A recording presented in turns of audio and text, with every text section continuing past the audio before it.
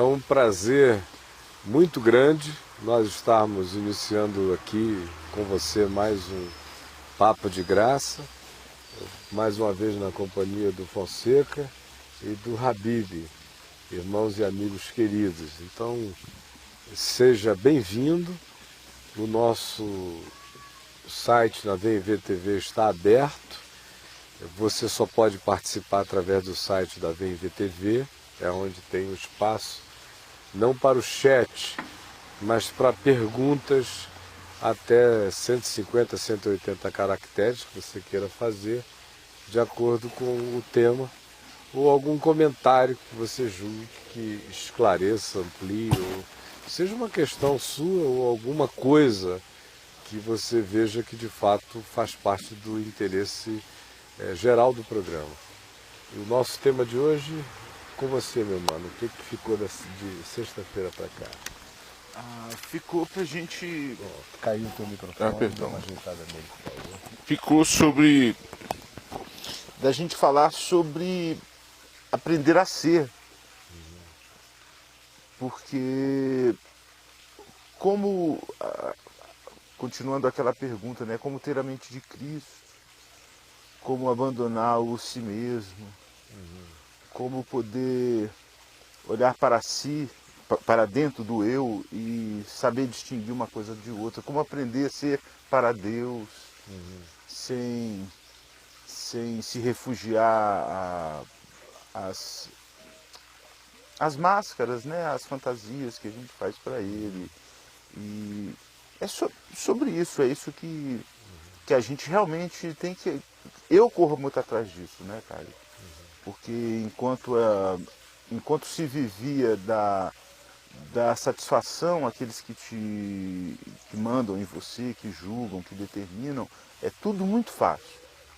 É muito fácil você estar programado para vestir um tipo de roupa, para falar um tipo de vocabulário, para ter quais tipos de amigos você pode ter, aonde ir. Mas quando você sai desse ambiente pré-programado para você e entra na liberdade de ser em Deus, se encontrar é muito complicado, porque muito lixo vem junto com a gente. Muita jactância, muita coisa que a gente achava que estava fazendo para Deus, que Deus dava importância e que alguém tinha que nos aplaudir e tal. De repente você vê que realmente é tudo trapudinho e qual a melhor maneira de estar chegando. Não só para Deus, mas perto de outras pessoas também, outros seres humanos. Muda muito, muda muito. Talvez fosse legal fazer um update aqui no nosso querido Habib em relação à sequência. Era bom. Né? Porque tudo partiu da sua proposta. De terça-feira passada, não foi que a gente conversou sobre transplante de coração? A gente começou na segunda. Na segunda. Isso aí no dia seguinte seria conversar sobre transplante de mente por sugestão tua. Pois bem, isso foi rendendo até sexta-feira passada, onde fizemos essa semana inteira a viagem que veio da história das memórias brutas do coração para a sequência que teve a ver com o significado das influências na mente. Se o transplante de um órgão, como o coração, pode carregar memórias brutas do doador para o receptor, como a gente viu aqui naquela conversa, e naqueles índices de avaliação, a questão é, se o coração pode levar essas impressões, o que a mente, que foi feita justamente para ter impressões e para responder a impressões, não sofre de atentados o tempo todo, considerando a nossa natureza e as nossas inclinações, as nossas propensões já naturais, todas movidas a muito egoísmo.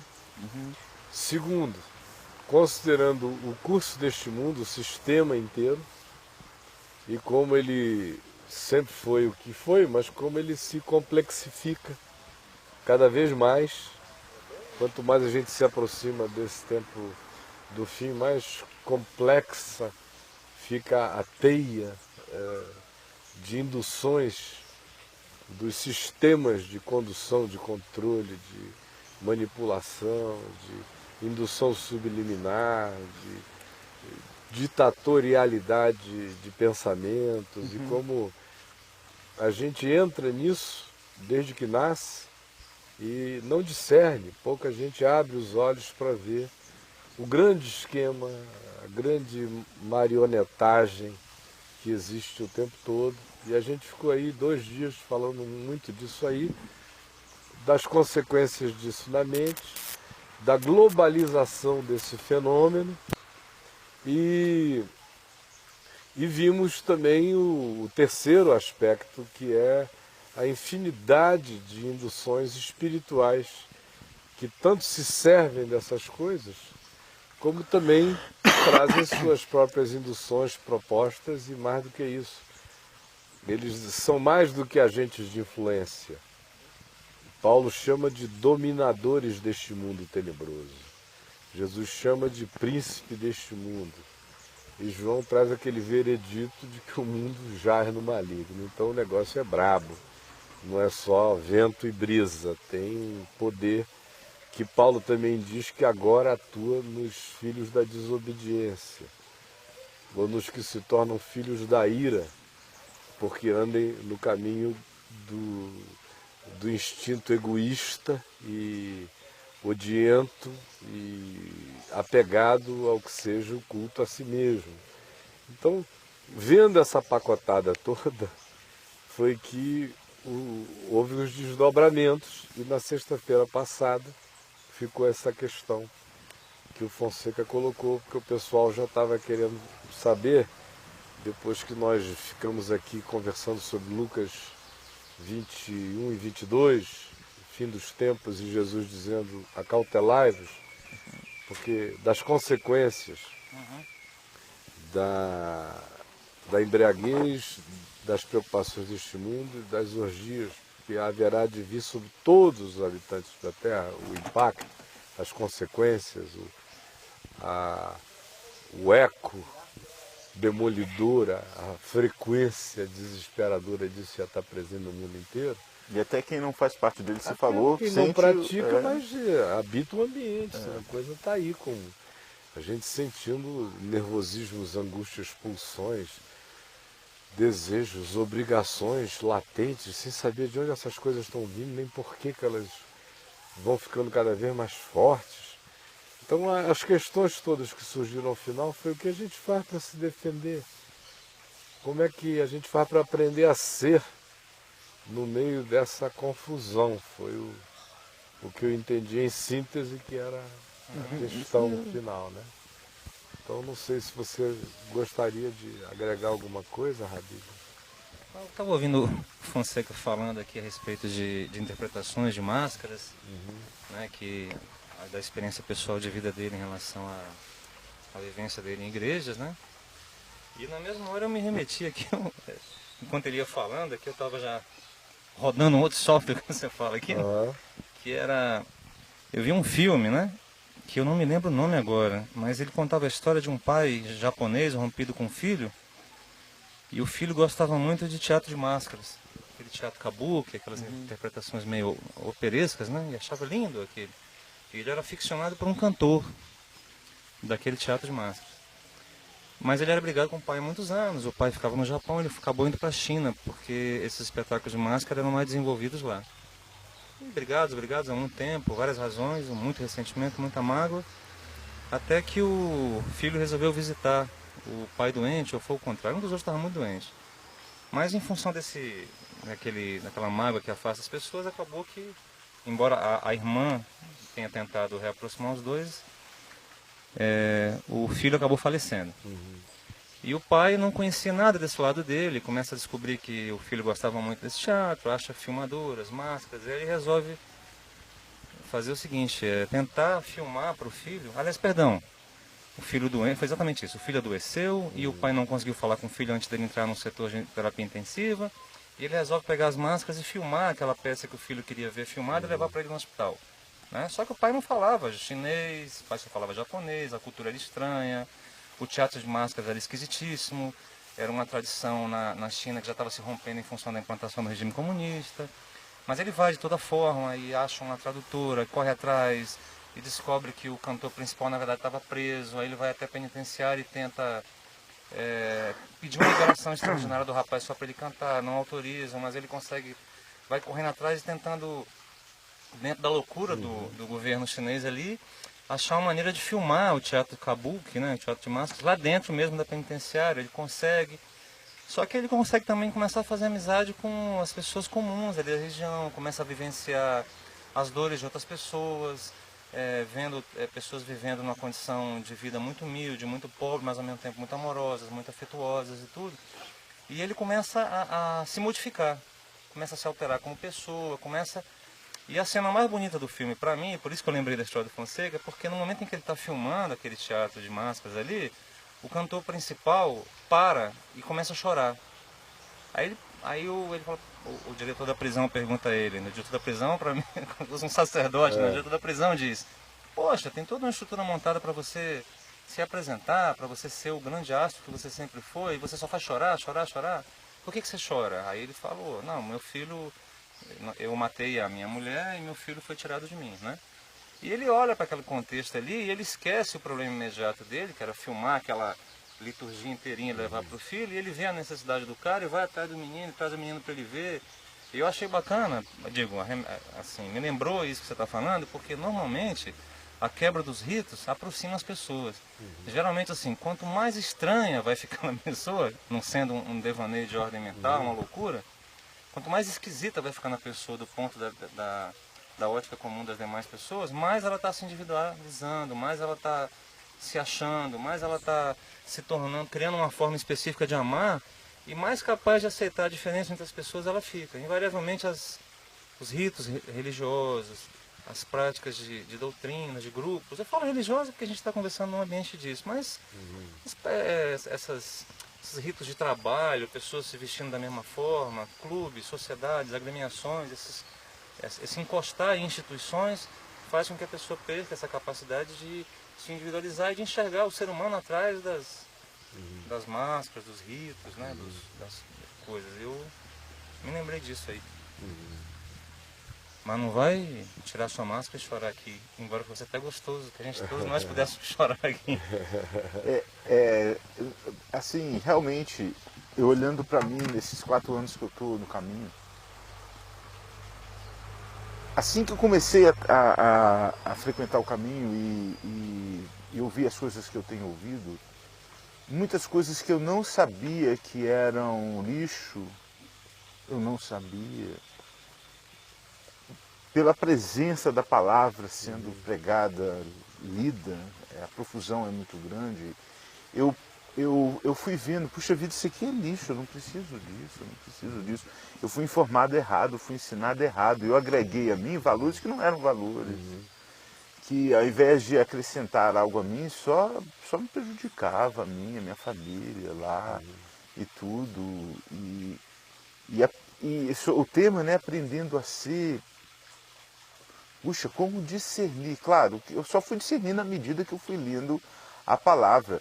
Mas para se chegar a Deus é necessário ter uma dose de humildade para que a gente entenda sempre que o que para mim, inclusive agora, é riqueza, eu sempre colocar como lixo para que Deus possa um dia me mostrar realmente que aquilo era lixo. E se eu tiver que descartar, que não me faça tão mal.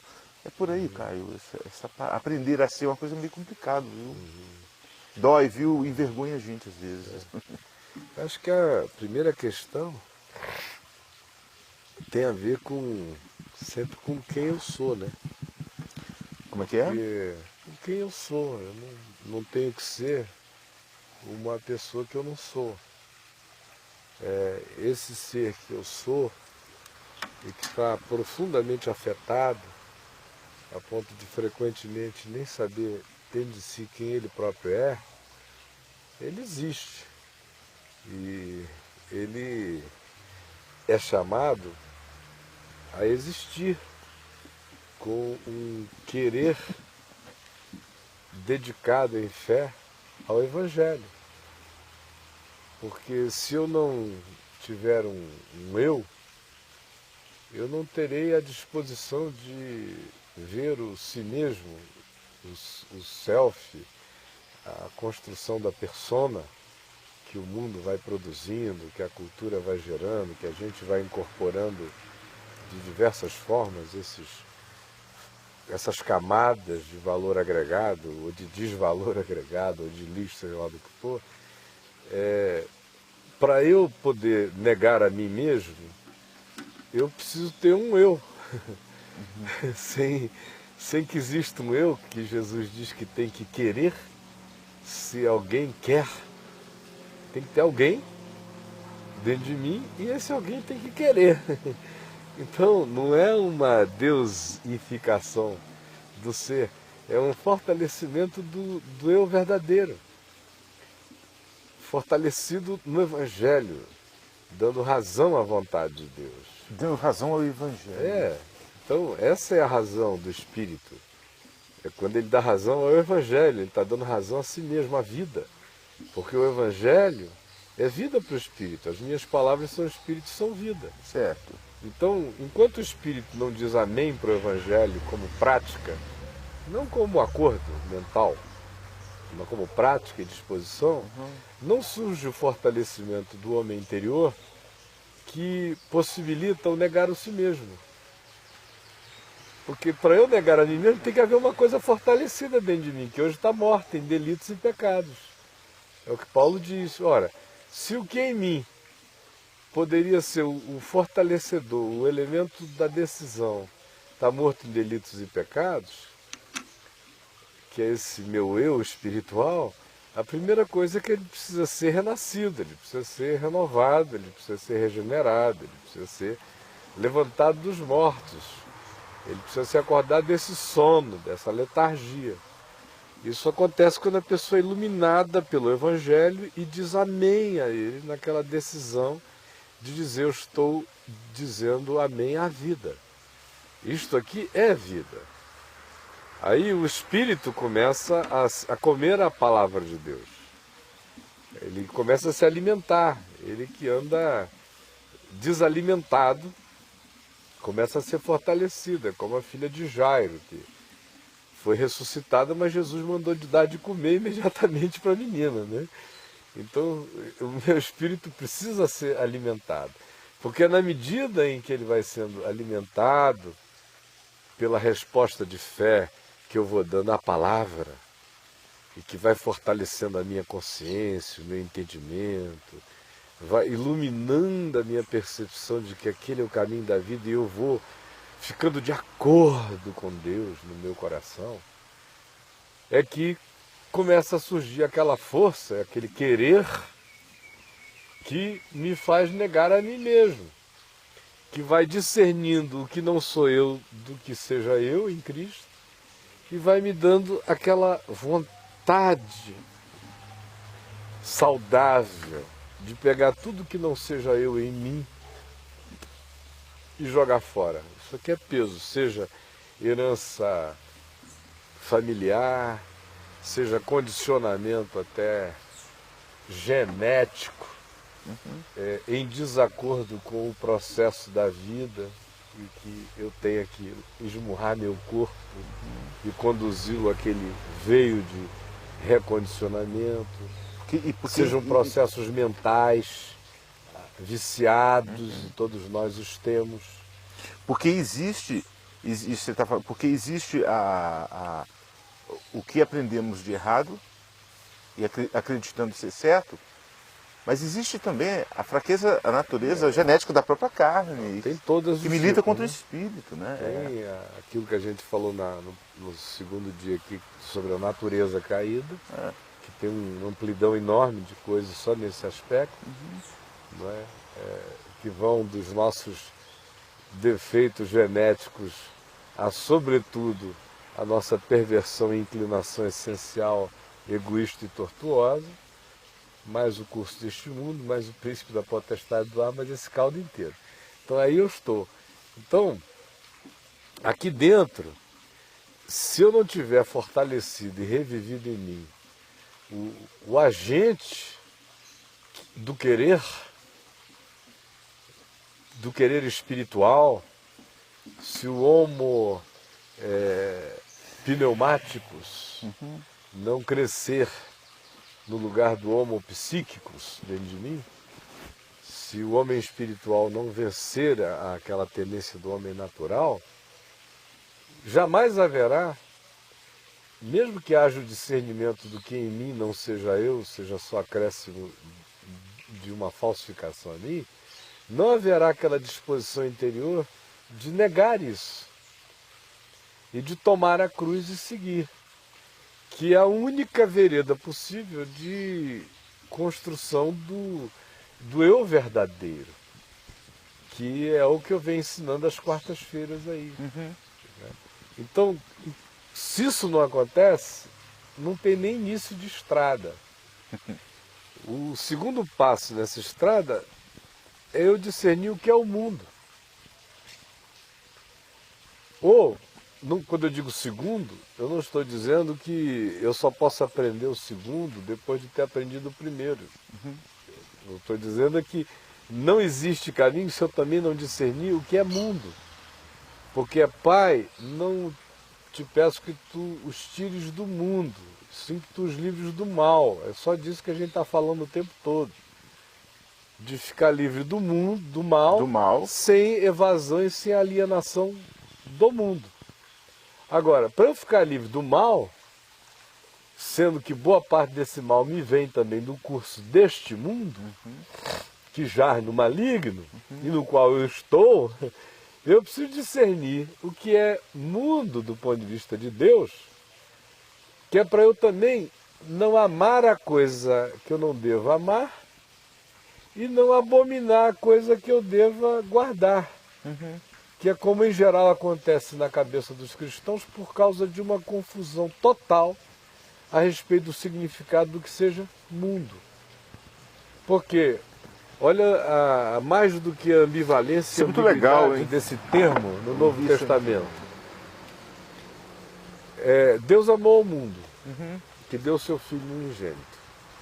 Ao mesmo tempo se diz, não ameis ao mundo, aquele que amar o mundo, o amor do Pai não está nele. Ora, o Pai amou o mundo, mas eu não posso amar o mundo. Paulo vem e diz, tudo é vosso, seja o mundo, seja a vida, seja a morte, tudo é vosso. De outro lado vem João e diz, o mundo jaz no maligno. Vem Jesus e diz, Pai, eu não rogo pelo mundo. Ao mesmo tempo, o Pai amou o mundo que deu o seu Filho unigênito. Pai, eu não te peço que tu os tires do mundo, e sim que tu os livres do mal. Ao mesmo tempo, a afirmação é de que aquele que ama o mundo, o amor do Pai não está nele. Então vejam quanto zigue-zague fica na cabeça do indivíduo que abre a tradução do grego para o português. Mundo, vasto mundo. Se eu me chamasse Raimundo, seria uma rima e não uma solução. Né? Não, é só, aí é de mundo. Então,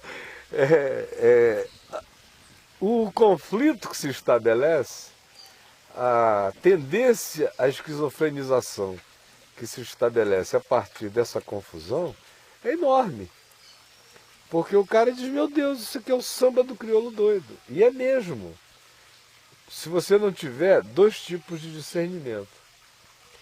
Número um é aquele que decorre de uma leitura não letrista do texto, e sim uma leitura do espírito. Porque você não precisa saber grego para discernir quando a palavra mundo, naquele contexto, está sendo usada de modo negativo e quando ela está sendo usada de modo positivo.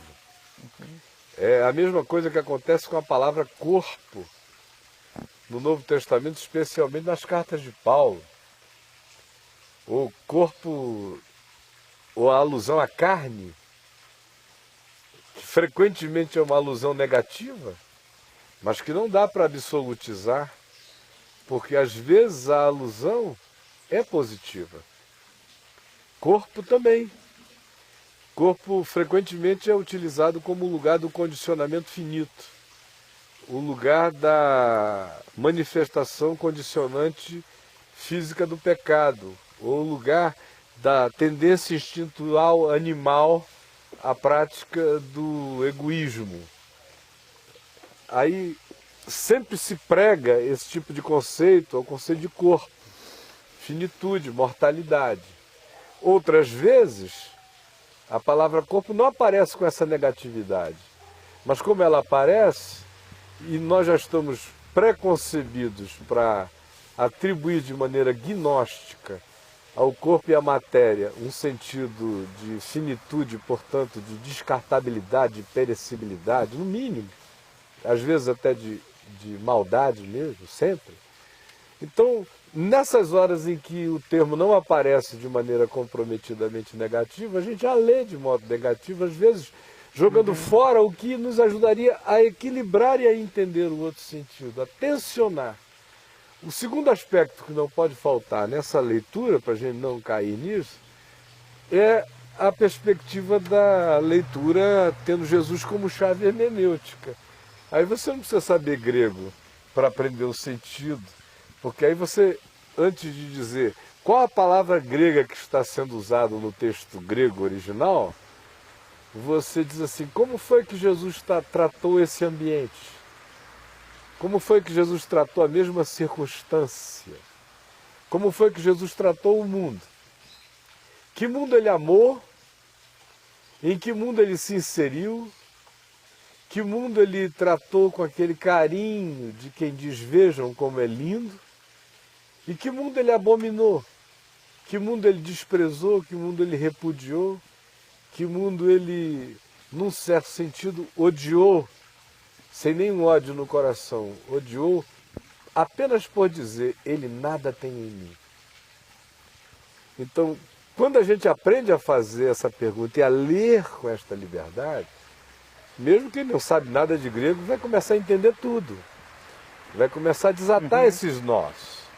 Mas enquanto o indivíduo não ler assim, enquanto ele ficar preso ao literalismo, ao letrismo do texto, que já vem carregado de toda a doutrinação de séculos, enquanto ele não aprender a ler, tendo a Jesus como a chave hermenêutica, fazendo a pergunta simples, como foi que Jesus tratou cada coisa, aí ele vai, por essa pergunta, ele vai obtendo as respostas na leitura do Evangelho, observando os modos de Jesus, aí mesmo sem saber que às vezes o termo usado por Paulo denota cosmos no sentido de universo, de natureza, de criação, ou é usado por João ou pelo Evangelho na perspectiva de denotar apenas a criação, ou quando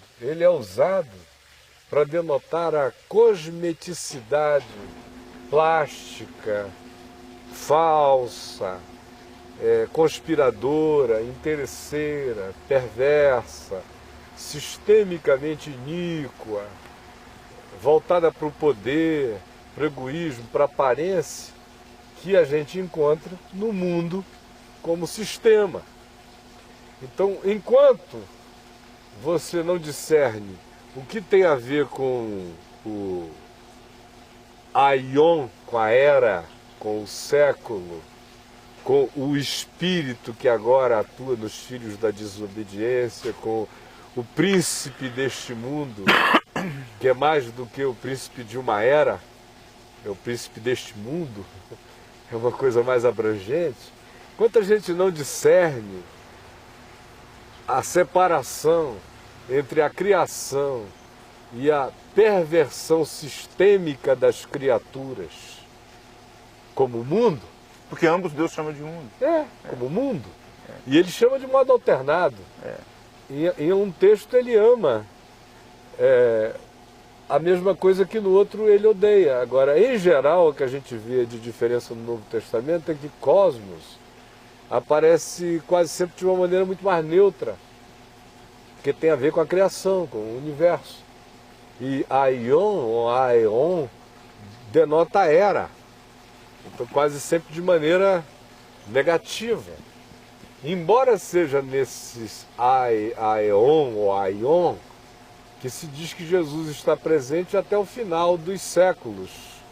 De todos, é dentro desse processo. Por isso é que ele pede para não tirar do mundo, mas livrar do mal, porque ele vai estar presente conosco no mundo, no processo inteiro de enfrentamento da existência, ao mesmo tempo que ele diz que a cabeça deles, que o coração deles, João 17, que tão cheio de nós, tu em mim e eu neles, eles em nós, e eles se amando uns aos outros, se santificando na verdade, na palavra, que é aquela oração, que eles sejam capazes de manter a saúde mental habitando o mundo.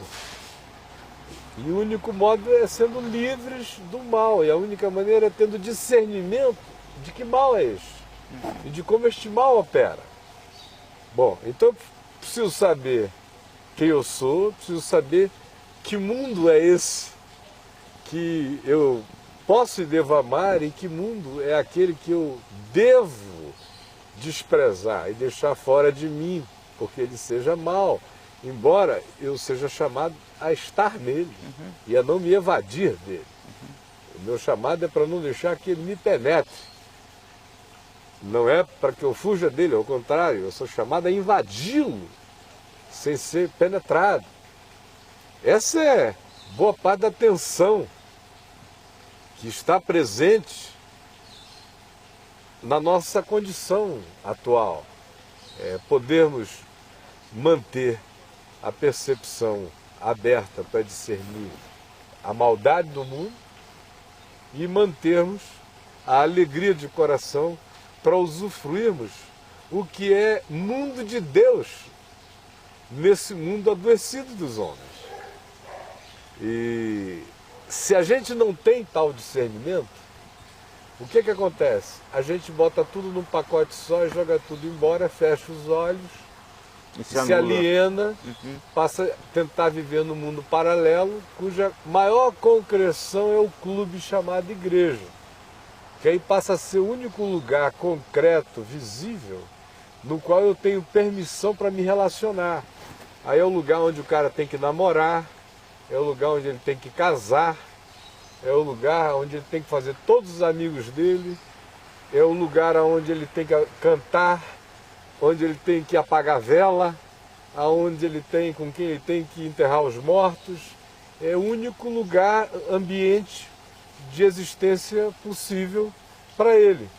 Aí não é de admirar que aquelas 300, 400, 500 pessoas envolvidas naquele processo local, dentro de pouco tempo, já tenham transferido todas as suas doenças familiares, as suas heranças de comportamento, as suas deturpações de cosmovisão, de interpretação, as suas propensões interiores, para dentro desse caldo comum que passa a ser uma família de convívio intensamente obrigatório, de cuja ausência a gente se culpa como se tivesse se ausentado de Deus e rompido relações de convívio com a casa do Pai espiritual, e justamente por isso força um convívio que se aliena do todo da sociedade e que, alienado do todo da sociedade, se aliena mais ainda no gueto, que passa a ser mais adoecido do que a própria experiência de diluição do indivíduo no todo do mundo. Porque pelo menos no todo do mundo tem uma variedade humana que ajuda o indivíduo a equilibrar a autopercepção pela variedade. Já naquele ambientezinho, a tendência não é a gerar um processo de individuação, que é a palavra saudável. Gera o processo de clonagem. Então não gera um indivíduo, gera uma repetição. E é uma repetição adoecida e aumentada no mesmo espírito de Mateus 23, daquela denúncia que Jesus fez aos fariseus, que se comportavam do mesmo modo, viviam a mesma vida que eu estou descrevendo aqui, e Jesus diz, e vocês ainda saem pelo mundo querendo fazer um outro cara ficar igualzinho a vocês, clonando do mesmo jeito por dentro e por fora. Ele acaba virando um filho do inferno 2 vezes pior do que vocês. E assim o processo não para de crescer exponencialmente no próprio adoecimento daqueles que supostamente estão tentando ficar salvos do mundo, enquanto se tornam mais doentes ainda do que estavam, né? Sem perceberem.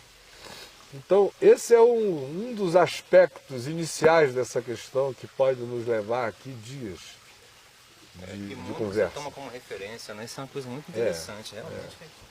A tendência, quando a gente fala em mundo, você dar a ele um tratamento espaço-temporal, né? O mundo, localizar aquele mundo, fixar fronteiras, aquela coisa inteira. É muito difícil você enxergar o mundo como uma dimensão existencial e até entender que muitas vezes os 2 mundos moram em nós, em épocas, em momentos do dia, até que a gente tem que ficar o tempo inteiro atento àquilo. Eles moram o tempo todo, o tempo todo, né? Eu queria até te perguntar um negócio que é o seguinte, de início a gente conversou sobre transplante de órgãos, transplante de mentes e tudo. Aí tu estás conversando hoje sobre como a gente desenvolve uma mente. Desenvolve é uma palavra meio estranha, parece que coisa de exercício. Mas como a gente falou nela sentido, né? na sexta passada, e é uma palavra boa. É boa, assim, vista dessa maneira é legal. Porque quando você fala em desenvolver, fortalecer, parece um negócio meio New Age, né? Mas não é. Mas nesse é bem sentido. bíblico. Mas digo assim, não nesse sentido desgastado, eu estou falando, é nesse bíblico mesmo. No bom sentido, a metanoia, né?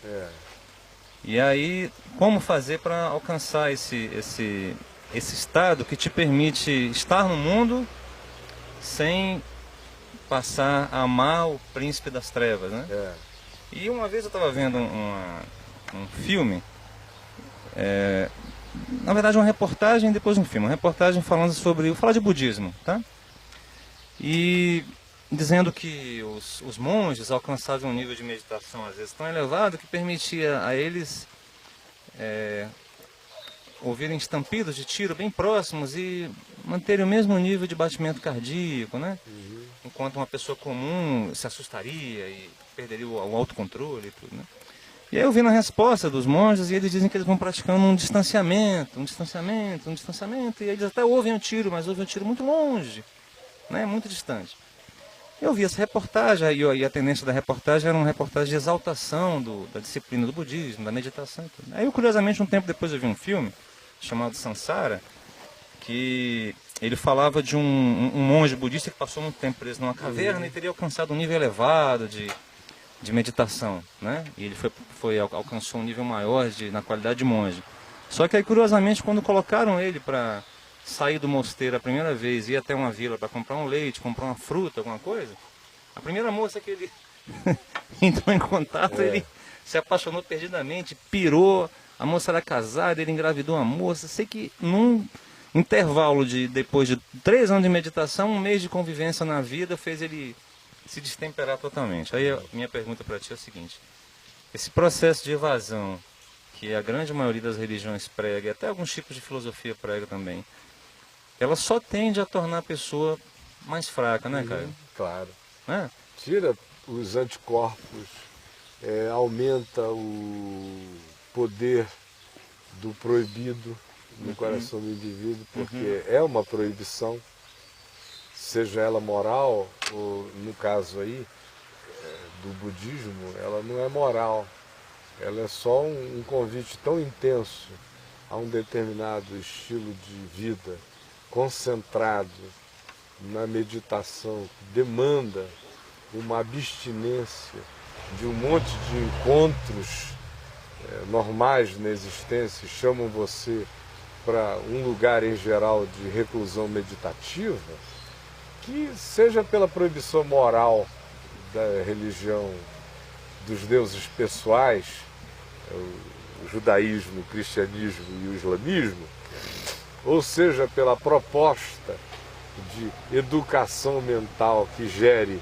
afastamento desse convívio, o fato simples é um só: um despreparo do indivíduo para viver no mundo de todos.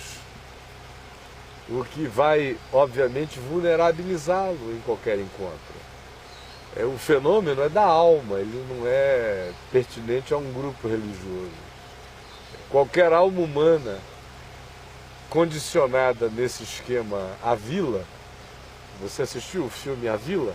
Vi, você qual é? É um filme bom de ver e de rever, porque ele retrata assim de maneira muito clara o que psicologicamente acontece no ambiente da igreja, entre aspas, ou da seita, ou do gueto, de qualquer que seja ele, né? Quando eu digo aqui igreja, eu estou chamando a brasa para jogar e incendiar o ambiente do qual eu estou mais próximo. Mas se nós estivéssemos conversando num ambiente budista, eu certamente estaria falando do monastério. Como se fosse um ambiente islâmico, eu estaria falando da mesquita. Na realidade, todos produzem mais ou menos a mesma coisa, variações de perfil, mas não de consequência. Geram as mesmas formas de pulsão, às vezes com caras, com máscaras diferentes, mas o latejamento básico é o mesmo. São as mesmas disfunções psíquicas ou carências psíquicas ou exacerbações psíquicas, apenas moldadas pela fachada cultural, pelo ambiente. Você, depois de um tempo na vida, reconhece uma coisa básica, é que a natureza humana é idêntica em qualquer lugar. Pecado de cristão só fica com cara de pecado de cristão. Pecado de muçulmano fica com cara de pecado de muçulmano. Pecado de budista também. Essa semana, quem leu as revistas aí deve ter visto notas em quase todas elas, das revistas semanais, sobre um dos pequenos budas que desertou do monastério por absoluto cansaço, enfado, por maus tratos, pela hipocrisia dos superiores, pelas manipulações dos seus superiores hierárquicos, pela briga entre eles para ver quem é que de fato descobriu o pequeno Buda com o maior potencial de ser a encarnação definitiva do definitivo sucessor do Dalai Lama. Enfim, é uma guerra de foice, muito semelhante ao que acontece nos conclaves do Vaticano, certamente parecida, só mais educada, porque onde quer que se fale menos, se ofende menos. E a cultura budista é uma cultura mais calada, por isso ela é menos ofensiva do que a cultura, por exemplo, do cristianismo evangélico, que é uma cultura muito ofensiva porque ela é muito oral, ela é muito discursiva, ela é muito de palanque, ela é muito cruzadeira. Então, obviamente que uma Convenção Geral das Assembleias de Deus sempre vai dar um show de maleducação, de agressividade, de choque, de escracho nos temas, nas teses, nos enfrentamentos, nas acusações, nas denúncias, do que num monastério budista. Porque o livro de Provérbios diz que até o tolo, quando se cala, passa por sábio, o que não é bem o caso protestante evangélico, e quanto mais pentecostal e a liderança for supostamente democrática, ou seja, eleita pelos representantes, mais briga pública terá. Na Universal, por exemplo, você não tem briga. E quem levantar a cabeça leva logo um cacete da pesada, é jogado no meio da rua, calado para todo sempre e acabou. Agora, a Assembleia, eu só estou usando como exemplo, supostamente é um grupo evangélico pentecostal que elege os seus líderes. Então você imagina no processo de escolha de quem é quem. A guerra de foice no escuro. É impensável o que ocorre. E de modo que a natureza humana é a mesma, no Senado, no Congresso, no Supremo Concílio da Igreja Presbiteriana, na reunião dos brahmanes, na reunião de monges budistas. E tem mais um detalhe. Por exemplo, o nosso Dalai Lama, o nosso querido personagem mundial, de pacificação mundial, Dalai Lama, ele está numa situação muito confortável para ser um dos pacificadores da Terra, porque ele está sem nenhum poder. Exilado do seu poder desde garoto, tendo que viver dos recursos das misericórdias de gente generosa em países mais generosos, e por causa desse exílio, dessa falta de poder, e mais do que da falta de poder, por causa dos abusos de poder dos chineses que fizeram isso contra o Tibete, a posição da imagem dele no mundo, no planeta, virou uma imagem agradavelmente confortável do ponto de vista da difusão da causa budista, porque ele virou uma espécie de papa destituído de poder. Nada faria melhor a Igreja Católica no mundo do que se o Vaticano perdesse o poder, de repente. E o Papa tivesse que se refugiar no Zimbábue. E a Igreja tivesse que, de fato, a Igreja Católica, dispor de todo esse poder extraordinário que ela tem, e o Papa fosse virar aquele homem oprimido, perseguido, sem recurso nenhum, sem poder mandar mensagem para os grandes líderes da terra, demandando nada, no máximo implorando pela paz e daqui para acolá, ele iria ganhar uma força simbólica poderosa. Como o Dalai Lama perderia a força simbólica poderosa que ele hoje tem, dentro de 20 anos, se hoje ele ganhasse o poder de se tornar o presidente espiritual, o Dalai do Tibete. Aí tendo que lidar com todas as questões políticas, econômicas, financeiras, reorganizar o país inteiro, aí é que ia brotar tudo que é monge maluco, nomear pessoa, surtos de poder, conchavo, isto e aquilo, porque hoje é a situação ideal, é a situação que eu diria poderia salvar por algumas gerações o cristianismo, se uma coisa dessa acontecesse ao centro do poder. Como salvaria a maior parte dos grupos religiosos hoje que estão em grande exercício de poder, como os muçulmanos, poderosíssimos. Eles estão crescendo na explosão demográfica, mas eles não estão crescendo no Ocidente porque eles estejam ganhando a alma ocidental, a mente ocidental, ou convencendo o Ocidente de qualquer coisa. É uma transferência de pessoas, de crescimento cultural, genético, racial e religioso, migrando para uma determinada outra área da Terra. Mas o centro de poder desse grupo religioso é muito forte. Não com um Vaticano em algum lugar, mas com uma representação simbólica inquestionável em Meca, em Medina, em Jerusalém, e enquanto isso tudo se alimenta de guerras fratricidas extraordinárias, tribais, horrorosas, de gente que se odeia e que não se dá bem, mas tem uma obsessão, que é conquistar o poder do mundo e quebrar a globalização pelo efeito da tribalização islâmica. É um modelo de imposição do primitivismo. Então, por causa disso, eles estão aliados.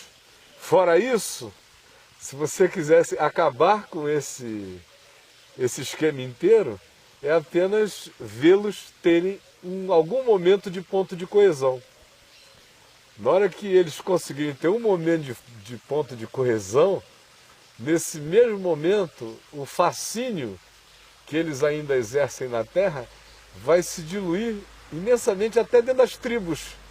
Porque o grande poder deles, eu estou falando do islamismo, quando do ponto de vista global eles não sejam fascinantes, do ponto de vista das tribalizações eles são fascinantes. Para toda a tribo, de neonazista a qualquer outro tipo de tribo. Porque eles conseguiram se transformar na única tribo significativamente grande Próxima de alcançar o poder. dentro da estrutura global. Então, isso tudo a gente está falando por uma afirmação. A natureza humana é sempre a mesma. Mudam as versões da perversão, mas ela está lá, latentemente pecaminosa, mesmo sempre. Agora, Caio, deixa eu te perguntar um negócio. Eu convivendo um pouquinho com pessoas evangélicas, né? Vou falar mais da pessoa evangélica e católica, convivo mais um pouquinho. Aí você, como você está dizendo, a natureza humana é a mesma. E aí você percebe sempre uma tendência das pessoas delimitarem um campo de atuação de Deus, que se limita à paróquia, ou se limita ao templo, e a todo mundo que entra naquele círculo e que passa a se comportar da mesma maneira, usar o cabelo de certa forma, a roupa, comportamentos, né? A seguir as festas, as datas, as posses e aquela coisa inteira. E num certo ponto do Evangelho, Jesus fala que os discípulos dele serão reconhecidos apenas por uma coisa, porque eles se amam. Tá? E ao mesmo tempo você iniciou o programa dizendo da necessidade da gente descobrir quem a gente é em Deus e a gente construir a personalidade dentro daquele processo, que vai significar uma individuação estranha, porque nós vamos ser nós mesmos, mas temperados, Não é individualismo, né? é individuação. Exatamente, aprendendo a amar aquele amor o amor verdadeiro, não nesse amor que a gente tende para ser ruim. E aí eu te pergunto o seguinte, você que é uma pessoa que viajou muito, você foi em culturas que falavam outro idioma, em pessoas que se vestiam de maneira muito diferente da sua, pessoas que sequer lhe compreendiam, comendo alimentos que você nunca tinha comido, e vendo carros e plantas e aves estranhas ao teu universo, em todos os ambientes da Terra pelos quais você passou. E a grande maioria das pessoas encontrando com você e nem sequer sabendo quem você era. Tá bom? Por todos esses lugares pelos quais você passou, você sentia, em função de você ser um portador do Evangelho, de alguém que crê no Evangelho, de que carrega consigo o Evangelho acordado, dormindo, isso fez com que você, onde estivesse, se sentisse bem acolhido? Olha, obviamente tem muita gente que olha para mim e me conhece aqui no Brasil, que conhece a minha história, fica com a impressão de que as coisas para mim são sempre ou muito mais fáceis ou muito mais difíceis por causa da minha história. E porque eu sou conhecido e reconhecido e percebido. Então, não. Dependendo de quem seja o grupo, vai ser muito mais fácil, porque já carrega essa energia histórica forte, ou vai ser muito mais difícil, porque já carrega o preconceito da interpretação histórica. Bom, é óbvio que aqui no Brasil, ou em outros ambientes da Terra onde a minha pessoa tenha ganho algum tipo de percepção coletiva, é uma experiência e é um fato inegável para mim. No entanto, você descobre também, pela afirmação singela e poderosa que você fez de se você é uma pessoa em que o Evangelho está, acordado, dormindo, conhecido ou não conhecido, reconhecido ou ignorado, num ambiente onde você tem história, onde você não tem nenhuma, essa coisa, no entanto, vaza. Vaza sim. Eu já fiz experiências estranhas assim na vida, do ponto de vista dos cristãos, que era de literalmente ocultar as minhas declarações de convicção espiritual em muitos lugares, só para ver se a provocação do meu ser, por eu simplesmente ser, era percebida e lida sem que eu precisasse de anúncios. E a verificação é inegável. Você não precisa anunciar nada. Eu vou dizer uma coisa que para algumas pessoas pode parecer escandaloso. Eu poderia dar muitos exemplos. Desde ambientes, por exemplo, judaicos, bem fechados, dentro de Israel, eu nunca encontrei um que me tenha sido irresistível.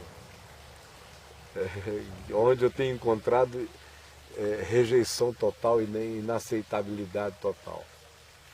Primeiro porque eu nunca cheguei tentando convencer nenhum judeu de que Jesus era o Messias. Nunca. Desde a primeira vez que eu fui a Israel, eu já fui curado pelo conhecimento mínimo que eu tinha da história da igreja. Já aos 23 anos da idade, depois de ter lido 3, 4 livros de história da igreja de cabo a rabo, e vendo o encalacramento no qual o cristianismo tinha nos colocado, e as consequências daquilo sobre a consciência judaica, como nós tínhamos feito, erguido muitas cruzes de judeus, enquanto se eles fossem acusados de terem gritado para que se erguesse a de Jesus, se a gente fosse cair nessa basicalidade histórica, acho que nós erguemos depois daquilo foram milhões e milhões e milhões e milhões, inviabilizando a chegada do anúncio de Jesus em Israel, porque o nome de Deus é blasfemado entre os judeus por causa dos cristãos, por nossa causa, como diria Paulo invertidamente em Romanos 2. Então, nunca tentei, justamente por isso. O máximo que eu encontrei foi gente que já tinha preconceitos tão fortes, herdados de outros, que eu levei mais tempo para ver aqueles preconceitos quebrados em relação a mim. Mas eu nunca encontrei hostilidade lá. Ao contrário, já encontrei gente me convidando para ir fazer oração em Páscoa, para ir abençoar a casa, para reunir a família e dizer, olha, esse aqui é um cristão que crê tanto em Deus que não fica o tempo todo falando o nome dele. Então isso eu já encontrei muito lá, e o carinho. Agora, e se eu for para outros ambientes, por exemplo, entre muçulmanos, a mesma coisa. No início, tem muito a ver porque há um interesse natural do árabe no estrangeiro para fazer negócio. Não quero nem saber qual é o negócio que você quer fazer ou tem ou não para fazer. Já queria te vender um barbeador na hora. Barbeador nem tanto, né? Porque eles são todos barbados. Mas vender outras coisas sim. Então, depois o convívio vai acontecendo, eles vão vendo que você não é idiotado, aí começam as conversas. Eu tenho muitos amigos no ambiente do mundo árabe, beduíno, muçulmano, não discuto opinião com eles. Se me perguntam o que eu penso sobre as crenças deles, eu não falo. Eu só falo quando me perguntam o que eu acho das crenças deles, eu só falo do que eu creio. Eu nunca analiso o que eles creem. Você fala do que você crê? Só do que eu creio. E não entro nessas questões, nem que me implorem. Aprendi que não é assim. Mesma coisa com budistas. Eu só falo o que eu creio. Eu aproveito tudo que eles ensinam que tem a ver com a Bíblia. Para poder trazer. Que tem a ver, que tenha ponto de contato genuíno com Jesus, que não seja forçação de barra. Eu digo, isto aqui o Evangelho ensina. É exatamente assim. Aí, a partir daquele ponto de contato, eu ensino o Evangelho, que vai desconstruindo outras coisas, sem que a pessoa note, mas em geral é dali que eu catapulto as coisas. Quando Paulo, Deus invisível, né? Ao Deus. Encontrou o altar ali, aquele é o ponto de contato. Como ainda, respondendo a sua pergunta, talvez a coisa mais escandalosa para os cristãos seja saber como algumas vezes na Europa, no passado, deliberadamente, à noite, à frente dos hotéis onde eu estava, ou vindo de um restaurante para o hotel, ou num tempo livre que eu conseguisse, eu sempre chegava naquelas bocas bem quentes das cidades, aonde crente não vai à noite, ou passa repreendendo em nome de Jesus. E andando ali de bobeira, levando cantada de gay, de prostituta, de mulheres diversas, ou vindo aquele cara perguntando se você está afim de alguma coisa para cheirar, de alguma coisa assim. Enfim, com todos os tipos de proposta. E você sem falar nada, sem dizer nada, só dizendo, não, muito obrigado, mas eu estou interessado numa outra coisa, aí começa a conversar sobre um assunto, daqui a pouco você vê a prostituta tratando você de um outro modo, daqui a pouco chega uma amiga dela, aí tira uma onda, 10 minutos depois não tem mais onda nenhuma a tirar, aí você vê 3 gays já achando você o maior barato, não porque você é alguém que eles estejam prospectando, Não que mas você porque seja gostaram o bofe, né, cara? da sua humanidade. Aí começam, como uma vez na Flórida, eu encontrei uma mulher que me deu a maior cantada deste mundo. E no aeroporto, uma mulher muito bonita, não sabia nada de mim, nem de lugar nenhum, uma americana, de Phoenix. E aí eu conversando com ela, eu estava solteiro, eu podia ter feito o que eu quisesse. Mas eu conversando com ela, comecei a conversar, não a repudiei, afirmei como ela era uma pessoa bonita, bela, não esbofeteei a mulher por se interessar em mim, mas botei tudo assim com muito carinho no lugar, foi.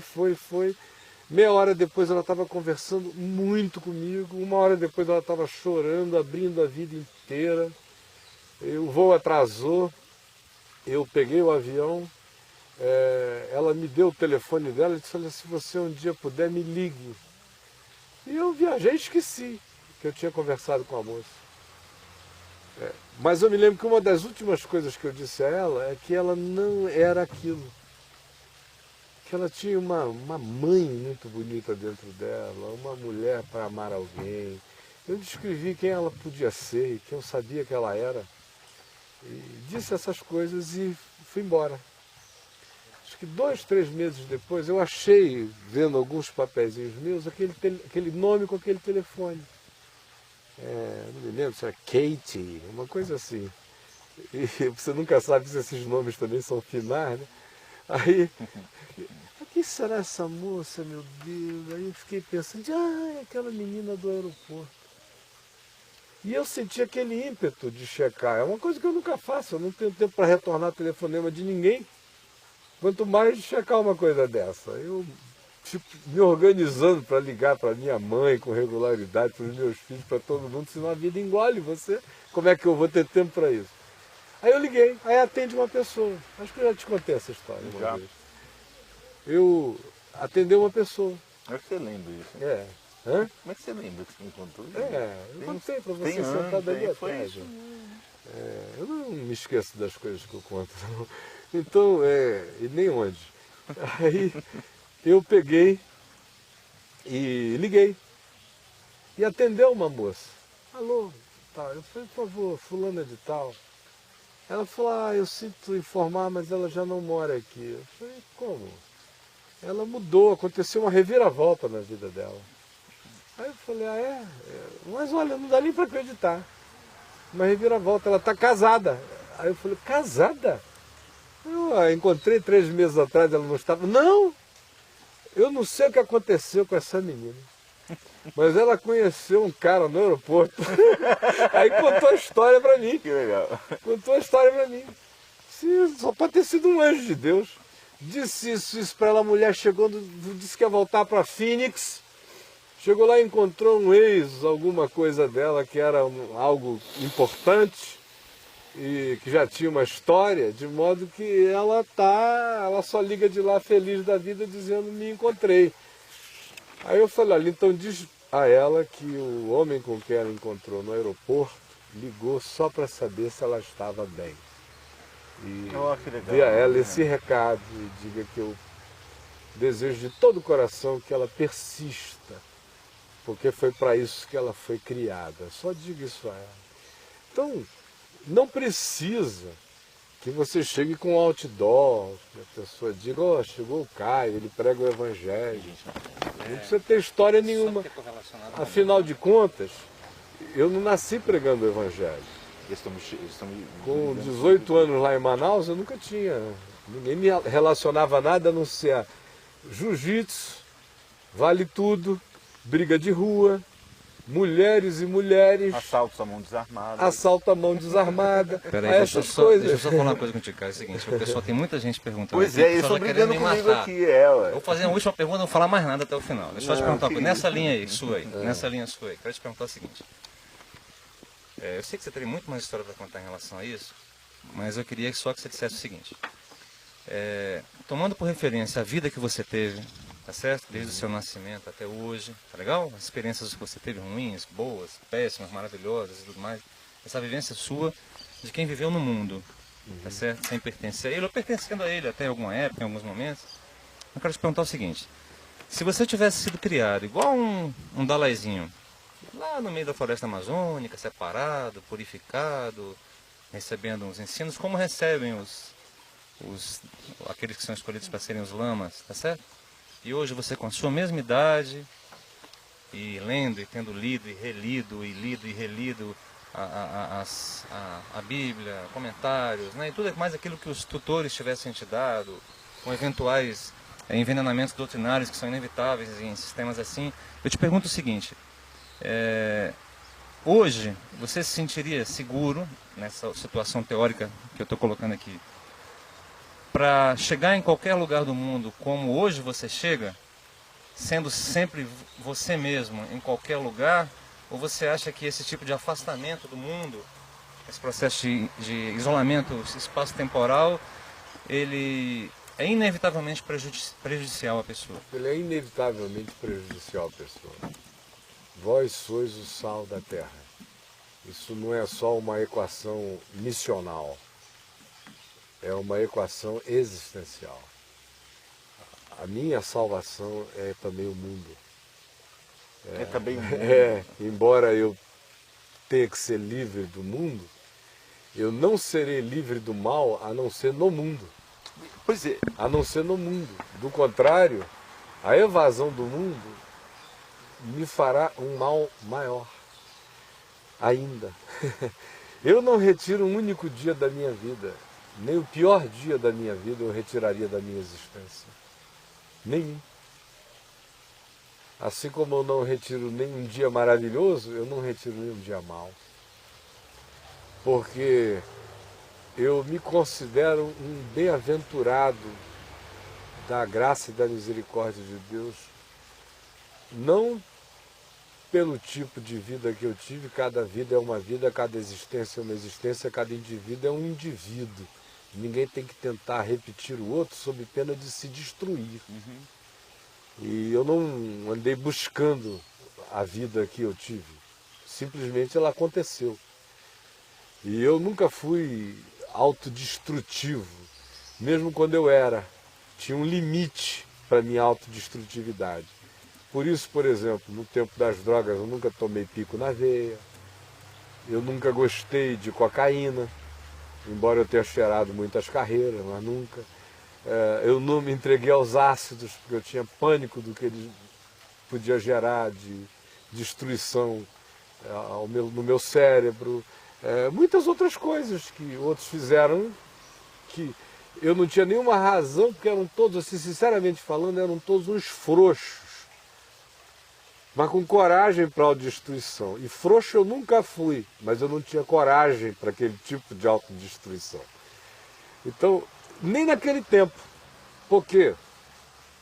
Eu vejo, por exemplo, que o fato de meu pai ter sido como ele foi, da minha mãe ter sido como ela foi e é, o caldo todo que eles geraram me deu muita segurança.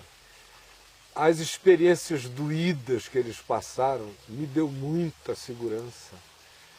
A sobrevivência deles em amor, sempre na vida, me deu uma certeza inabalável sobre o poder do amor. A capacidade deles de perdoarem, a começar de uns aos outros, e um ao outro, e depois a mim, e a todos que eu vi a vida inteira, me foi um ensino poderoso e insofismável sobre o privilégio de perdoar, não é sobre a possibilidade. A possibilidade para eles era mais do que normal. O que eles me ensinaram é que não era só uma possibilidade, era um privilégio, era uma grande alegria. Não aproveitar aquela chance era não se enriquecer. Então, e vê-los praticando aquilo no cotidiano. Seus pais. Vendo aquelas escolhas de papai, que é como a mamãe diz, um homem que nunca teve medo de escolher o que ninguém queria. A vida inteira ele sempre esperava todo mundo pegar o que quisesse. E aí depois você dizia, ei pai, o que você vai querer? Aquilo ali ninguém quis não? Então me dá aquilo ali. E era dali que ele ia começar o mundo dele. Do que ninguém quis. Nunca esteve afim de nada. E pegava as coisas e fazia todas ficarem maravilhosas. Você ficar vendo isso, essa desistência a priori de sair, eu quero. Assistir aquela vida e ficar sem nenhuma consequência, me foi impossível. Ao mesmo tempo que dá uma segurança extraordinária e mostra que você não precisa ser menino a vida inteira correndo na fila do recreio para dizer, primeiro eu, professora. E acreditar nos últimos lugares, deixa chamar, acreditar na conspiração da vida, acreditar na inversão dos fluxos. Foi tudo que eu fui aprendendo com ele. Aquela frase de tudo coopera, só existe porque existe isso, né? Porque se fosse tudo bom, não podia ser nunca dizer tudo coopera. Não tinha cooperação, assim? Jamais, né? Não tinha nem conspiração, não tinha nem essa noção. Pois bem, os dias maus, todos foram muito bons. Dom Carnegão geram em você, inevitavelmente, o que o Novo Testamento diz que geraria. Porque a palavra produz, no nosso Novo Testamento aqui em português, aparece relacionada à tribulação o tempo todo. Quem pegar uma chave bíblica lá, com exceção da parábola do semeador e algumas outras em que a terra produz isso ou aquilo, nas cartas de Paulo, especialmente em Pedro e em Tiago, produz, está sempre associado à tribulação. A tribulação produz peso de glória, perseverança, resistência. A tribulação produz um indivíduo íntegro, inteiro, holístico, completo. A tribulação joga a idiotice fora, Tiago diz. A tribulação produz um indivíduo que não é de ânimo dobre, gera um cara firme. Na sequência de Paulo, perseverança, experiência e esperança. Perseverança, experiência e esperança. Então, quanto mais você vai passando, mais forte e resistente você vai se sentindo, menos atingível. Às vezes, a minha mulher vai comigo a alguns lugares em que eu sou tratado como o arcanjo Miguel, como o anjo Gabriel, como uma coisa assim do gênero, né? Como se Isaías tivesse chegado na sala. De tamanho é o carinho, o amor, aquele louvor fraterno de esse anjo do Senhor está entre nós. Outras vezes, ela já chegou comigo em alguns lugares em que ela sentiu na própria pele dela a força que a rejeição preconceituosa, preparada, deliberada, especialmente em ambientes assim de hiperreligiosos, com poder eclesiástico, todo mundo frouxo, um bando de barbudo frouxo. Coisa, né? Não, né, eles me tratam de reverendo, como vai o senhor, tudo. Mas ela, que é uma mulher perceptiva, lê as energias. Ela sabe que o que está rolando ali é raiva, é ciúme, é inveja, é mágoa, é rilhar de dentes, é vontade de ver se pega você assim numa coisa em falso para criar um fato, para te jogar um laço. Às vezes é tão uivante essa energia que ela sente. E ela chega para mim e me pergunta, né, você está sentindo isso? Eu digo, olha meu amor, eu sentia, hoje em dia eu só registro. Hoje em dia eu chego, o meu sentimômetro registra na hora ali qual é o nível da caixa. Se ela está cheia, ou se a densidade dela é de buraco negro, é de querer te engolir. Eu dou aquela registrada, mas não fico mais pensando no assunto. Fico totalmente livre, como se todo mundo ali estivesse me achando o máximo.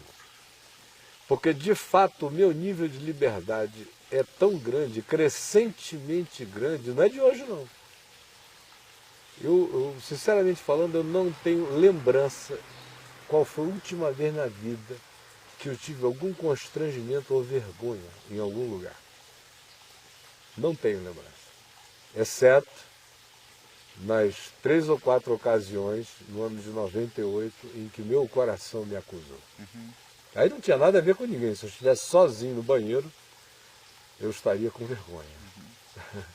Agora, por causa de antagonismo, sinceramente falando, eles têm que inventar ainda esse auditório e esse mundo, porque o carnegão que foi crescendo aqui dentro, eu não consigo, por mais que eu tente. Eles não me intimidam, nem com olhares, nem com hostilidade. Quando digo eles, é qualquer um. E de qualquer grupo, olhares, não sei o quê, estão me interpretando, não gostam de mim, ou vão fazer isto ou aquilo, não está nessa, porque foi crescendo uma densidade. Que dá é confiança em Deus.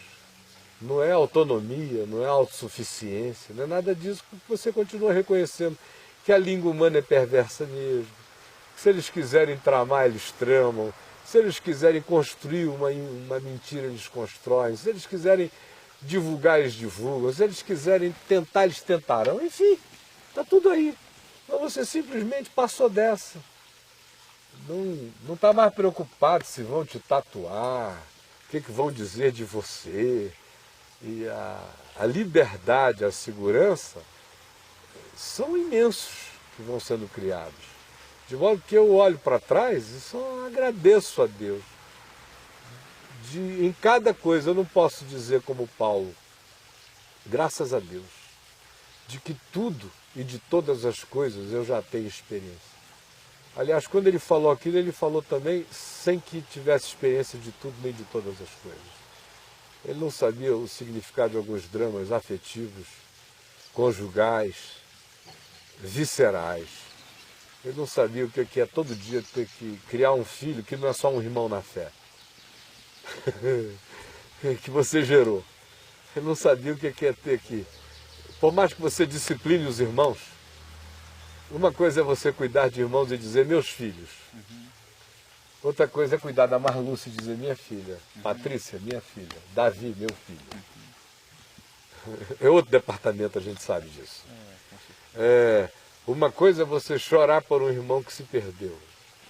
Outra coisa é você enterrar o teu filho que morreu. Então, tem muita coisa que Paulo disse já passei que ele não tinha passado. Assim como eu também nunca fiquei 3 dias e 3 noites na voragem do mar, nunca fiquei levando cacetada de vara pela rua. Todas as vezes que meu corpo sofreu, foi em brigas das quais eu me levantei porque bati. Não foi porque me encheram de cacetada. Fora isso, não tenho essa experiência. Até as pedras que me jogaram por causa da pregação do Evangelho caíram do lado. Cocô que jogavam caía do lado. Ácido caía do lado. Eu nunca fui ferido fisicamente. Só a tentativa emocional, psicológica, mental, moral, de outros níveis, né? Ameaças, vamos te matar, que eu também nunca dei a menor bola. E continuarei sem dar até o fim da vida. Então, Habib, respondendo, eu não mudo nada. Tudo que foi ruim se tornou bom. Simplesmente por causa da graça de Deus. E tudo que foi bom se tornou maravilhoso. Apenas por causa da graça de Deus. E sem a graça de Deus, nada do que foi bom teria realizado o bem que realizou. E tudo que foi mal teria realizado um mal infinitamente maior do que jamais conseguiu realizar. Então, em resumo, é isso. E o que os irmãos estão reclamando, Tony? Vamos lá. Primeiro, eu queria falar com os irmãos, pedir desculpa aos irmãos. A gente já explicou isso, mas é o seguinte, quando o que nós dizemos aqui chega na sua casa, tem um atraso aí de 10, 15 segundos, se não me engano. Às vezes mais. Às vezes mais. E quando você faz a pergunta da seguinte maneira, e aí, o que ele quer dizer com isso? Quando a sua pergunta chega aqui para mim, eu já não sei o que você está perguntando. Porque o assunto a que você se referia já foi, ele já está em outro. Então a pergunta tem que ser muito específica. O que ele quis dizer com isto? Com isto que é? E fala o que é isto, por favor. Segundo, as perguntas que não têm a ver com o tema, complica demais, se eu assim dizer. Então, quando vocês mandam perguntas que não têm a ver com o tema que estamos tratando, eu não vou fazer, infelizmente, me perdoem. Não é? É claro. Porque eles ficam tristes com a gente aqui, eu não quero que vocês fiquem tristes. E muitas perguntas são respondidas à medida que ele fala. E a gente às vezes você não percebe isso, mas ele está respondendo. E eu fico num samba de crioulo doido aqui, porque eu tenho que prestar atenção no assunto, na sequência do assunto, no que você está perguntando e na reclamação da galerinha que fica chateada. Então, me perdoe por isso. Quais são as perguntas? Vamos lá. Nosso grande... Aqui, olha. Vamos ver se já está respondido. Sim. Então a coisa é não gostar das coisas do mundo. Aí que o Marcelo de Gove perguntou, né? Então a coisa é não gostar das coisas do mundo. E o Zenilda falou muito legal. Mas eu gosto de algumas coisas do mundo. Mas o que é mundo? Pois é, a pergunta já está respondida. A pergunta, em tese, já está respondida. Porque se ela gosta de algumas coisas do mundo que Deus mandou odiar, ela está danada. Sim, claro. E se ele desgosta de algumas coisas do mundo que Deus ama, ele está danado. Sim. O grande negócio na vida é odiar o mundo que Deus odeia e amar o mundo que Deus ama. Sim, por isso que a pergunta já está respondida, porque você tinha mostrado isso. A Fernando afirmou uma coisa que eu não sei se ele está certo. Ele afirmou o seguinte: nosso grande problema é viver no mundo sem ser do mundo. Seria esse o nosso grande problema? Ele falou assim: nosso grande problema é viver no mundo sem ser do mundo. Mas Jesus disse: eles não são do mundo, como também eu não sou. Mas esse então, é o grande problema. A grande pergunta é querer saber como foi que Jesus foi do mundo sem ser do mundo. É só essa pergunta que ele tem que fazer. Não tem que ler 10 livros de teologia, nem de discipulado, nem pesquisar no grego. Ele só tem que fazer essa pergunta e ler o Evangelho e achar essa resposta.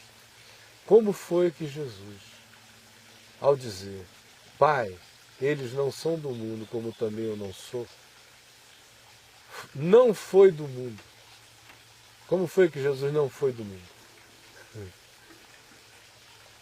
O fato de Jesus dizer eu não sou do mundo significou o quê? Uma evasão político-geográfica? Não. Houve alguma evasão dessa natureza? Ele se afastou de Não, de pelo pessoas? contrário, ele conviveu Ele se miscuiu totalmente. completamente. Até dos ambientes homicidas, que no caso aí tinham a ver com o templo, com a religião, ele não se evadiu. Ele não se fez amigo do ambiente. Mas ele era um visitante frequente e perturbador. Agora, entre aqueles que o ambiente religioso dizia, este é o mundo e graças a Deus que nós não somos como estes, era nesse lugar que naturalmente ele era encontrado. Sim. Então, esta pergunta, essa questão que ele colocou, não sobrevive a essa pergunta que eu fiz. E que ele vai ter que aprender a responder, do contrário eu vou ficar repetindo as mesmas coisas que eu estou repetindo há quase 40 anos. Porque, por exemplo, hoje você achou aqui legal, teve uma hora que você falou, pô, mal barato esse negócio que você falou do mundo, dessas diferenciações. Isso é a pílulazinha da pílula. Primeiro, não sou eu que inventou coisa nenhuma a esse respeito. Eu já me servi de pessoas mais experientes do que eu no estudo da Bíblia, do Novo Testamento, do grego. No iníciozinho da minha caminhada de fé, eu vivia lendo comentários bíblicos, exegéticos, e o que o grego dizia, o hebraico dizia, todas essas coisas têm a sua utilidade. E também nunca gostei de ler de gente idiotada. Então, se Jesus era o centro do cara, era uma leitura para mim confiável. Eu ia ali, depois conferindo uma coisa aqui, outra ali, você vai vendo que uns são melhores nisso, nem tanto naquilo, até que chega aquele ponto na vida em que você tem um acervo já tão estabelecido dentro de você que os instrumentos de percepção só vão aumentando exponencialmente a partir do seu próprio olhar. No entanto, o que eu estava dizendo é sobre o mundo, para não recorrer a quem já falou sobre isso antes, ficando apenas restrito a mim mesmo e àqueles que conosco estão, cujo interesse tem a ver com aquilo que eu estou dizendo e ensinando, por isso é que eu estou me autorreferenciando aqui, só por isso, porque eles não estão em outro site, é aqui neste. Eles não estão fazendo essa pergunta a ninguém, é a mim. Então, eles querem saber de mim. Se lerem o meu livro, Mais que um Sonho, um projeto do Reino de Deus na História, que é um livro publicado em 1986, 87, republicado em 90, que eu acho que deve estar já em download lá no site, pelo menos alguém mandou há um tempo atrás e eu pedi para ser postado lá. É pirata, né? Você está se pirateando, né? É De claro, graça, né? né? Eu estou querendo que distribuam isso tudo. Então, só ir lá e ler o livro Mais que um Sonho, um projeto de Deus, Reino de Deus na História. Boa parte do livro é sobre essa diferenciação ainda até mais minuciosa do conceito de mundo. Então, quem compreende isso começa a organizar a cabeça extraordinariamente em relação a si mesmo, a leitura da Escritura, a discernir o que Jesus está querendo dizer, o que o Evangelho ensina nesses contextos, porque, repetindo pela última vez, a questão é somente essa. Se Jesus disse, Pai, eles não são do mundo como também eu não sou, qual é a pergunta? Antes de eu querer saber como é que eu sou, tenho que ser no mundo, eu tenho que fazer uma pergunta. Como é que Jesus foi no mundo? Porque é a partir dele que eu tenho que saber de mim. É dele. Pai, eles não são do mundo como também, do mesmo modo que eu não sou. Então não é para inventar um outro modo de não ser do mundo, que seja diferente daquele único modo de não ser do mundo. Porque ele viveu, ele é a chave hermenêutica por causa disso. Então, quem tem a coragem de pergunta a pergunta, ao invés de dizer, deixa eu perguntar ao Caio, dizer assim, deixa eu perguntar a Jesus, esse vai crescer enormemente. Porque ele vai ter que reler o Evangelho toda vez que ele tiver aquela questão. E eu vou ficar muito feliz, porque eu não estou aqui para ser um respondedor de todas as perguntas, porque eu não tenho todas as respostas, quanto mais a pretensão de responder todas as perguntas. Mas mesmo que eu pudesse responder a muitas delas, ou quase todas, eu não tenho tempo, e nem é saudável. O saudável é ir dando instrumentos para que cada um consiga. Cada um. A minha grande alegria como pai é ver que os meus filhos não precisam de mim. É ver que eles apenas me amam. Houve um tempo que eles precisavam visceralmente de mim. Sem mim, eles não existiriam. Ou sem um outro alguém que chegasse para cumprir o meu papel, eles não existiriam. De tão atavicamente ligados a mim que eles estavam. Agora imagine se eu fosse ter alegria nessa dependência. Eu estaria hoje com um filho de 34 anos, idiotado ao meu lado, e não apenas me chamando de papaizinho, como ele me chama, e espero que chame até o último dia da minha vida, e depois que eu não esteja mais aqui. Com todo carinho, todos eles chamam, mas não, ao invés de apenas me chamar de papai, de papaizinho, às vezes de daddy, como todos eles chamam, estivesse se tratando em relação a mim como uma criança de 2 anos de idade, como meu netinho Mateuzinho, que é a coisa mais fofa do mundo. E quando ele acorda assim, que olha com aquele sorriso lindo, como ontem foi me pegar no aeroporto, junto com a mãezinha dele, a Juju, e dormiu no caminho. Aí a Juliana pegou a gente, a minha e a Adriana. A Adriana sentou atrás do carro, ele estirado lá, eu na frente aqui com a Juliana. A gente vinha pelo eixão. Até quando fomos chegando aqui já no Lago Norte, ele acordou. Aí ele olhou assim para ela. Aí falou, ui, vovozinha. Aí olhou aqui, percebeu o meu cabelo pelo banco. Ô, vovozão! Aí eu já fiquei de quatro, literalmente, claro, no banco da como, frente, né? virado para trás, sem querer saber se não tem como. guarda rodoviária nem nada, pulando em cima, porque você fica desesperado. Né? Agora, ou quando ele chega e te faz uma solicitação do tipo, vovô, corre comigo agora. Aí você diz, mas o vovô está com febre, gripado, hoje eu estou todo arrebentado. Não, vovô tá bom, corre comigo agora. E você vai todo arrebentado, se atropelando, correr com ele agora. Imagina o Ciro chegando aqui para mim, me vendo todo arrebentado, dizendo, não, Corre levanta comigo, daí, vai papai. comigo agora. Não, não, eu ia dizer, olha, quem vai correr é você. Vai aprender o que se eu ensinei não se internalizou.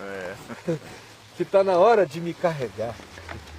Está na hora de dizer, não, paizinho, descansa. Está na hora de dizer, deixa comigo. Está na hora de dizer, deixa que essa mala é minha. Eu fui ficando muito feliz quando eu fui começando a parar de carregar malas, viajando com aqueles 4 filhos. Eu nunca fui o tipo protecionista. Eu sempre fui muito carinhoso e protetor. Mas cada um que tivesse força para carregar alguma coisa, iria carregar o que pudesse carregar. Porque foi assim que eu fui ensinado, pelo meu pai. Papai botava todo mundo para trabalhar. E ele dizia que o pai dele tinha uma frase que afirmava que trabalho de menino é pouco, mas quem o despreza é louco. Como é que é? Trabalho de menino é pouco, mas quem o despreza é louco. Então ele botava todo mundo para trabalhar e eu também. Eu fiz a mesma coisa com os meus filhos. Quem com 5 anos só podia carregar peso de 5, carregava de 5, com 7, com 7, 10 com 10. Quando chegaram com 12, já estavam carregando muito peso. Quando o mais velho já tinha 14, eu não carregava mais peso, exceto se fosse uma coisa monumental. Porque deixa para lá, papai, deixa com a gente, já todo mundo segurando. O meu filho Ciro, com 14 anos de idade, eu mandei para cuidar de uma amiga dele, que estava morrendo de câncer. Uma brasileira que não falava inglês, com a mãezinha que não falava inglês, uma garota que tinha sido namorada do meu outro filho, do Davi, com 13. Ela ficou com câncer e o Ciro ficou 3 meses com eles lá nos Estados Unidos, de intérprete, e no hospital, comprou carro, alugou casa, alugou móveis, de intérprete da menina junto aos médicos, dos médicos junto às meninas, depois virou intérprete do hospital inteiro, que tinha muito hispano lá, sem poder se comunicar, e os médicos se servindo dele. Ele trabalhando até meia-noite, 1 hora, já como voluntário no hospital, com 14 anos de idade, lidando com a dor da menina, da amiga com câncer, só gente em estado terminal. A garota o elegeu para fazer as confissões dela a ele, e ele orar com ela até a morte. A menina morreu com ele. E as pessoas me perguntando, dizendo, você é louco, você não quer poupar seu filho disso? Eu digo, eu? Você não foi culpado disso. Eu não. Isso é alegria dele. Eu estou fazendo um homem. É. Um homem. Um homem para aprender a lidar com gente viva, com gente morta, para não ter medo da morte, nem a minha, nem a dele, nem de amigos, nem de ninguém. Então, assim como eu tratei meus filhos e os trato até hoje, vendo a relação deles comigo ser de interdependência amorosa, não de dependência financeira, econômica, afetiva. Né? Ninguém precisa de mim. Eles me reconhecem e me amam. Assim como eu não preciso da minha mãe e do meu pai. Eu os reconheço e os amo. Meu pai morreu há 2 anos, mas eu não sinto que ele foi. Ele teria ido se eu precisasse dele. Mas eu já não precisava dele muito antes dele ir. Eu só o reconhecia em amor todos os dias. Por isso, ele nunca foi e nem irá. Nem a minha mãezinha nunca irá. Como eu espero nunca ir no coração deles. Porque eu não criei nos meus filhos a minha necessidade. Eu criei neles a minha referência. Isso faz com que eles me amem, não com que eles precisem de mim. Então, tratando aqui com o nosso querido povo de Deus e amado, todo o meu esforço aqui é para o indivíduo aprender por ele mesmo. E aí eu vou ficando cada vez mais contente cada vez mais feliz, porque nunca vai cessar a minha necessidade de ensinar a outros enquanto eu estiver aqui. Você estiver aqui, você estiver aqui. Cada um que sabe, ensina quem não sabe. Mas vai cessar a necessidade deles de perguntar a mim. E vai começar a oportunidade deles de ensinar a outros. Então o meu desejo aqui é de reprodução. Não é de adição. É de multiplicação exponencial. Para que isso aconteça, eu tenho que me alegrar com a produção de consciência do Evangelho e de capacidade de cada um de ir tirando de Jesus o baú eterno, o tesouro eterno e a chave que abre esse tesouro, como um escriba versado do reino dos céus, depósitos de coisas novas e de coisas velhas, e crescendo e passando para outros.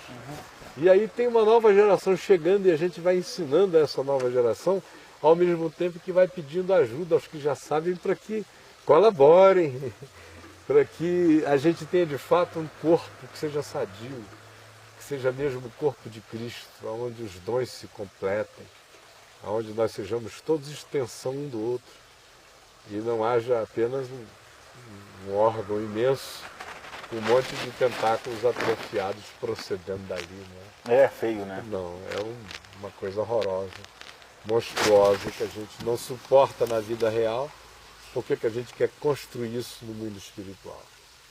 E eu não estou aqui para ajudar a fabricar nenhum tipo de anomalia.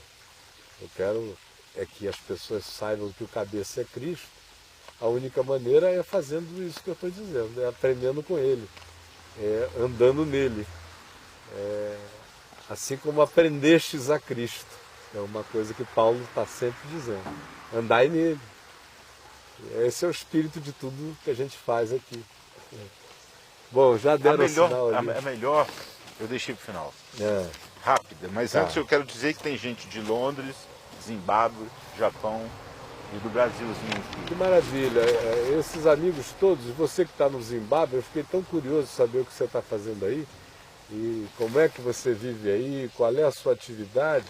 Me escreva uma cartinha no contato@caifab.com me dando suas notícias. Eu queria acompanhar um pouco aqueles que estão em lugares muito longínquos ou em alguns lugares sem quase nenhuma presença de discípulos de Jesus.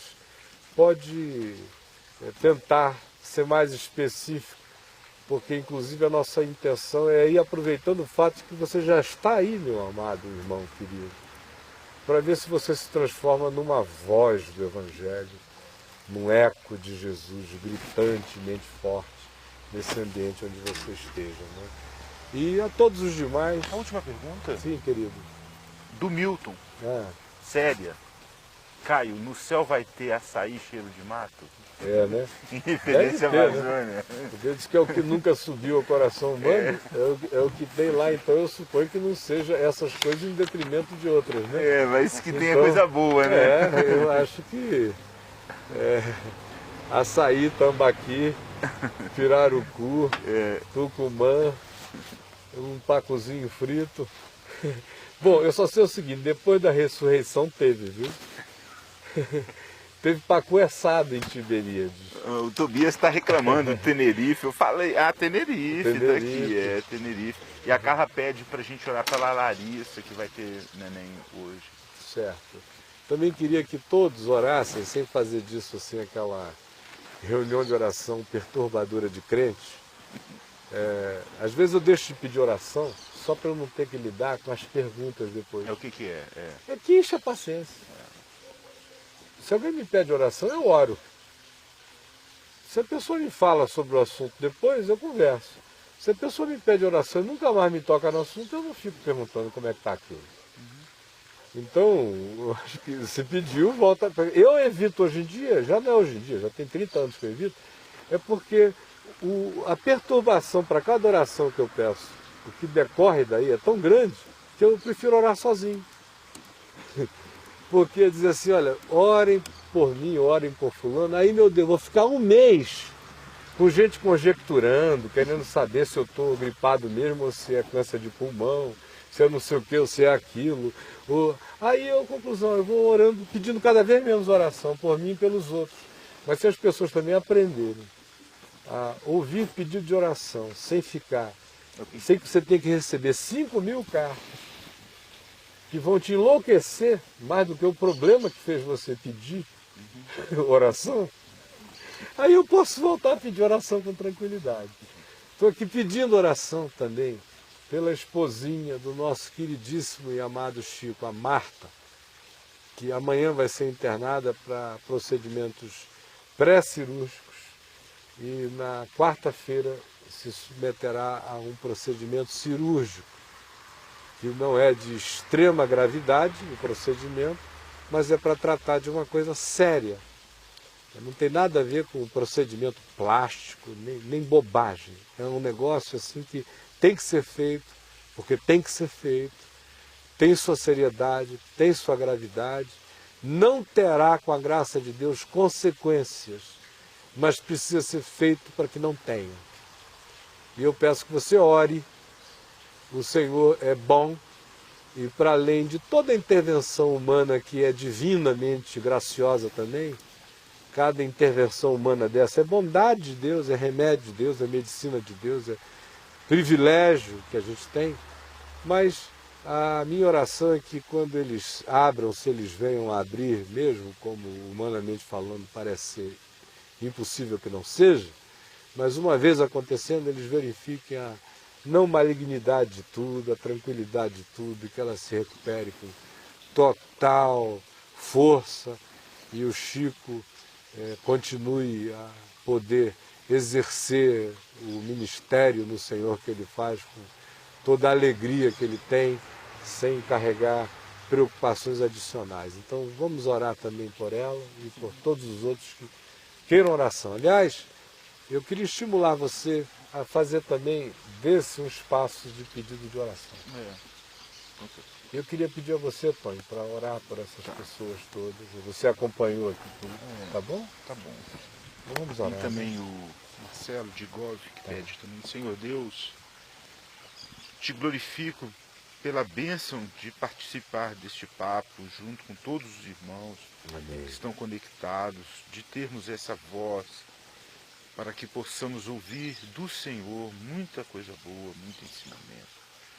Me peço pelo Marcelo de Gov, enfermeiro, que está pedindo essa oração. Amém. Senhor Deus, oramos pela Marta, que vai fazer essa intervenção cirúrgica. Abençoe, esteja com ela, com o Chico, com os filhos, abençoando este momento de dor que vão passar. Que tudo seja bom, que tudo seja uma bênção. Para a glória do teu nome, Senhor. E também oramos pela Larissa, que vai ganhar neném, que haja muita saúde, muita alegria, muita luz naquele ambiente onde estiverem fazendo isso. Abençoa o pastor Caio, as nossas vidas, os irmãos que conversaram conosco no chat, aqueles que estão plugados também.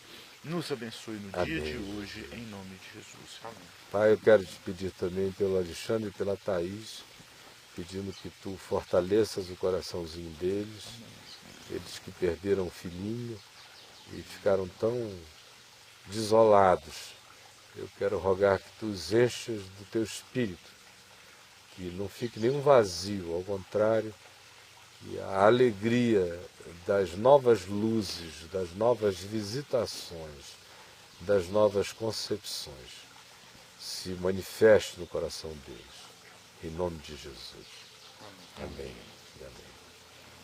Gente boa de Deus, obrigado, Habib querido. O coração é muito amado, Tony também. Obrigado. Beijão a todos, em todos os lugares. Divulguem a Vem Ver TV, o site, o Papa de Graça. Convide os amigos para Vem Ver TV.